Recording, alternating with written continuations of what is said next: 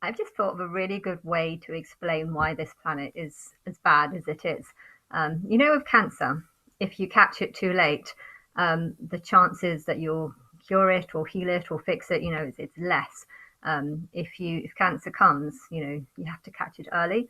Otherwise, your chances of survival is less. And so I feel like that is an example of what happens to the planets. Like over time, planets are formed and they form life, and there's kind of like a Goldilocks zone where life can be created, where the temperature is just right. It takes a very long time for planets to get to this stage, hence why gods don't just sit and wait, or just don't just sit and fall asleep until, well, they kind of do sit and fall asleep, I guess, until they find one that's in a Goldilocks zone.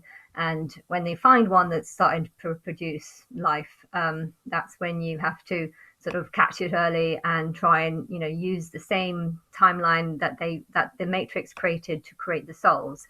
So like if there's dinosaurs on it, or smaller dinosaurs, usually it's smaller dinosaurs. You create that same loop. So if you can catch it early, if you can catch something that started creating life early, you can count the number of souls on that planet, and and then do repeat the cycle. You put the comet thing that goes and puts the wave over, and then it starts up again, and the cycle repeats in the same way, just in the same way that it first started, created life and created souls. It repeats it, only this time with different bodies, and you can try and shape the bodies and create, I don't know, giraffes and stuff like that. I don't really know how you do that. I think you learn that in the other realm, but and then when you do the same with humans, the same thing happens. A human starts forming. Well, you form a human, and then you see which kids come first in that line. And I guess those are the souls that are most similar. But just because the souls are most similar doesn't mean that they're going to always be similar.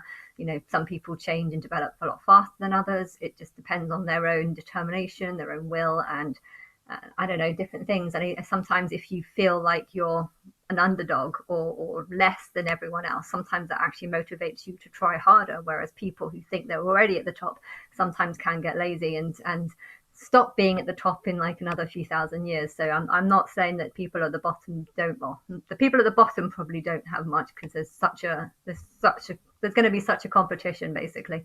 But yeah, people in the middle can easily become people in the top, and likewise, people in the top can become people in the middle in the next cycle. I don't know how it works, but I feel like that's why this planet is so bad. Just because I guess this life has been forming here for too long. It's like a cancer, and you have to catch it early.